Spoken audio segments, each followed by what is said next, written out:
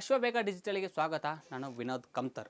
ರಾಜ್ಯ ಸರ್ಕಾರಕ್ಕೆ ಒಂದು PU ಉಪನ್ಯಾಸಕರ ಸಂಘ ಒಂದು ಬೇಡಿಕೆ ಮುಂದಿಟ್ಟಿದೆ. ಏನೋ ಒಂದು ಬೇಡಿಕೆ ಅನ್ನೋದು ನಾವು ನೋಡೋದಾದರೆ, ದ್ವಿತೀಯ PUC ಪರೀಕ್ಷೆಯಲ್ಲಿ ಯಾರು ಮೌಲ್ಯಮಾಪನಕ್ಕೆ ಹೋಗ್ತಾರೋ ಅಂಥ ಒಂದು ಸಿಬ್ಬಂದಿಗಳ ವೇತನ ಪರಿಷ್ಕರಣೆ ಆಗುವಂತೆ ಒಂದು ಮನವಿಯನ್ನು ಮುಂದೆ ಇಟ್ಟಿದ್ದಾರೆ.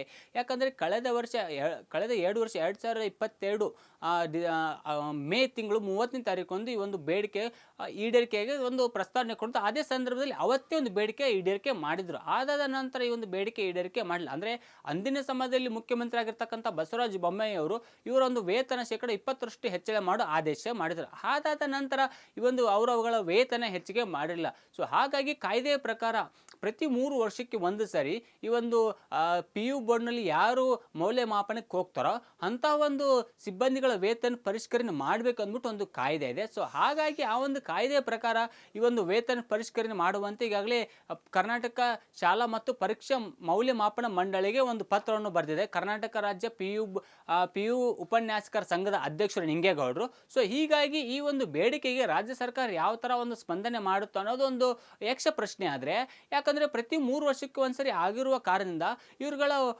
ಬೇಡಿಕೆನ ಮುಂದೆ ತೊಗೊಂಡು ಹೋಗ್ತಾರೆ. ಯಾಕಂದರೆ ಈ ಒಂದು PU ಬೋರ್ಡ್ ಸಂಘದ ಅಧ್ಯಕ್ಷರು ಟೈಮ್ ಕೊಟ್ಟಿರೋ ಪ್ರಕಾರ ಏಪ್ರಿಲ್ ಮತ್ತು ಮಾರ್ಚ್ನಲ್ಲಿ ಏನು ದ್ವಿತೀಯ PUC ಪರೀಕ್ಷೆ ನಡೆಯುತ್ತೆ ಆ ಒಂದು ಪರೀಕ್ಷೆ ಮೌಲ್ಯಮಾಪನಕ್ಕೆ ಅನ್ವಯವಾಗುವಂತೆ ನೀವು ವೇತನವನ್ನು ಪರಿಷ್ಕರಣೆ ಮಾಡಬೇಕಂದ್ಬಿಟ್ಟು ಒಂದು ಮನವಿಯಲ್ಲಿದೆ. ಸೊ ಹಾಗಾಗಿ ಇನ್ನೂ ಸಮಯ ಇರುವುದರಿಂದ ರಾಜ್ಯ ಸರ್ಕಾರ ಒಂದು ಮನವಿಗೆ ಸ್ಪಂದನೆ ಮಾಡುತ್ತಾ ಅಥವಾ ಏನಾದರೂ ಸ್ಪಂದನೆ ಮಾಡದೇ ಇದ್ದಲ್ಲಿ ಈ ಒಂದು ಕರ್ನಾಟಕ ರಾಜ್ಯ PU ಉಪನ್ಯಾಸಕರ ಸಂಘದ ಅಧ್ಯಕ್ಷರು ಆ ಸಂಘದ ಸದಸ್ಯರು ಮತ್ತು ಅಧ್ಯಕ್ಷರು ಏನು ಒಂದು ಮೌಲ್ಯಮಾಪನದ ಕಾರ್ಯವನ್ನು ಬಹಿಷ್ಕಾರ ಮಾಡ್ತಾರ, ಇದರಿಂದ ರಾಜ್ಯ ಸರ್ಕಾರದ ಮೇಲೆ PU ಒಂದು ಫಲಿತಾಂಶದ ಮೇಲೆ ಏನಾದರೂ ಎಫೆಕ್ಟ್ ಆಗುತ್ತಾ?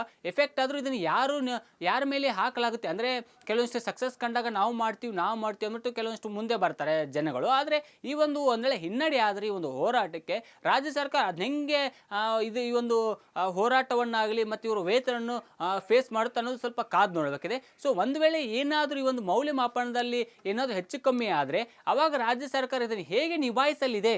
ಅಂದರೆ ಬೇರೆ ಆಲ್ಟರ್ನೇಟ್ ಮಾರ್ಗದಿಂದ ಯಾರನ್ನಾದರೂ ಒಂದು ಬೇರೆ ಉಪನ್ಯಾಸಕರನ್ನು ಕರೆದು ವ್ಯಾಲ್ಯೂಯೇಷನ್ ಮಾಡಿಸುತ್ತಾ ಅಥವಾ ಇರೋ ಉಪನ್ಯಾಸಕರ ಹತ್ರನೇ ಒಂದು ಮನವಿಗೆ ಒಂದು ಸ್ಪಂದನೆ ಮಾಡಿ ಅವರ ಬೇಡಿಕೆ ಈಡೇರಿಸಿ ಅವ್ರ ಹತ್ರನೇ ಒಂದು ಮೌಲ್ಯಮಾಪನ ಮಾಡುವಂಥ ಕಾರ್ಯವನ್ನು ಮಾಡಿಸುತ್ತಾ ಅನ್ನೋದು ಕಾದು ನೋಡಬೇಕಿದೆ. Ashwavega English News. Coming soon. Your channel, your voice, your trust.